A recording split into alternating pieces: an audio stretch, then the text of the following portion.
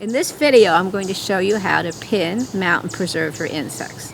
First, you'll need some materials. You'll need insect pins, and these pins come in several different sizes, 0 through 3, depending on their width. You'll also need cardboard and foam to make an insect box. You'll fold the cardboard to the right shape, and then you'll insert the foam, and a little bit of glue will help hold it all together. Second step is you need dead insects. So there's several ways to do this. You can find them dead by the side of the road, on your windowsill, in your pool filter, or you can kill them. In order to kill them, you might put them in the freezer for several days. Just be careful, they sometimes come back to life after you've pulled them out.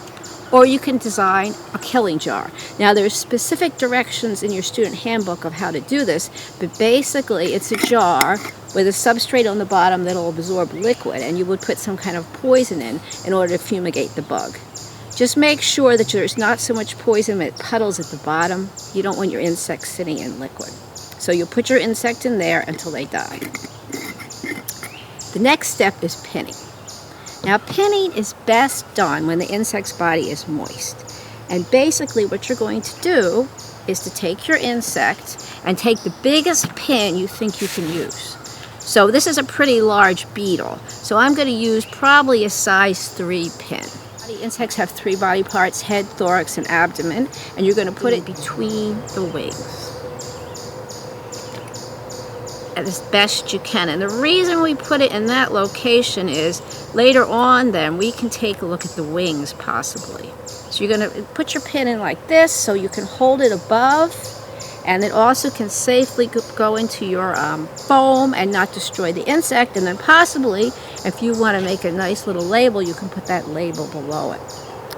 If you have trouble inserting your pin in your insect because the body's like crumbling and falling apart, or perhaps you have an insect like this butterfly who has landed and died in the wrong shape, you don't want them in that shape, then you can make them soft again. You can compose a relaxing jar. And a relaxing jar is any kind of container. I just like to use these plastic Tupperwares, and I put some cotton balls in with liquid, and then I could put my insect, whatever it is, in here, and I would let him set for a couple days, pretend he's really dry, and after I come back in a couple days, he'd be a lot softer, and I probably could pin him.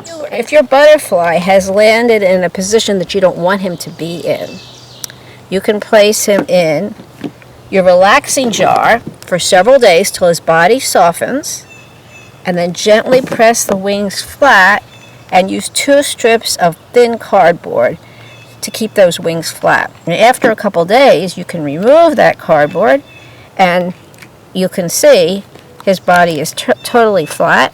And now I can take one of my insect pins and gently put it through his thorax and pin him.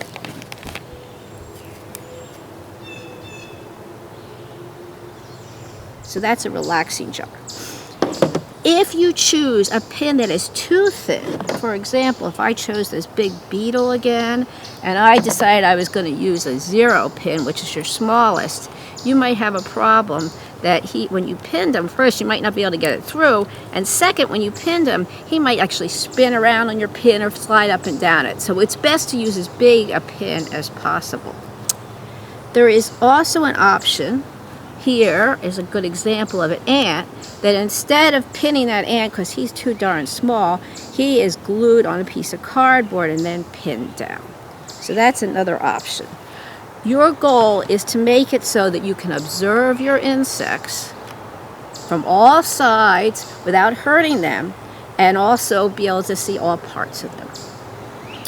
You also need to include a label someplace on your insects. This is Andrea's collection. You can see she put nice little labels typed up in a really small font with each insect. Now, traditionally, insect label would have the date and location where the insect was found, including the environment and town, the name of the insect, and also the collector, which is a ton of information, and you don't need all that.